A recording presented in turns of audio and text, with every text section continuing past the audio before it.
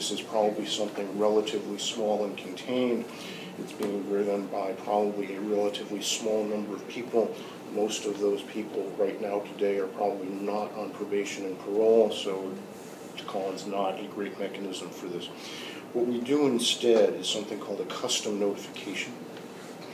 And when one knows who is driving things, then one can go find them, because we do know where they sleep, can talk to them, can often talk to their families, and can do with them as identified individuals what we do collectively in the call-in.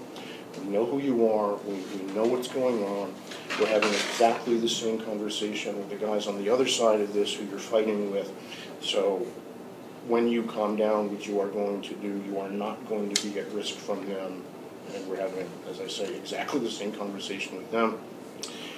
We are very concerned about your risk, because in rooms like this, we tend to think of these guys as offenders. In their lives, they're victims. And they have been shot, they have been stabbed, their friends are dead, they're worried about their friends and family. Behind closed doors, every single one of them will say to you, I am doing what I am doing because he over there is trying to kill me, and the guy over there will say exactly the same thing, but they're both kind of right. So we don't want you hurt, we don't want to have to lock you up. Let's talk about your situation and everything we can do to help you and your family.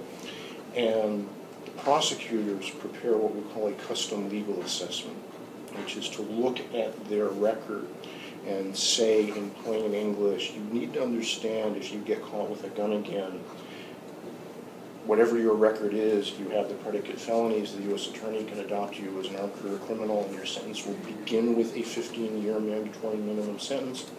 We've looked at you under Missouri law, here is your exposure there, and we don't want to have to do this, so we're putting you on news.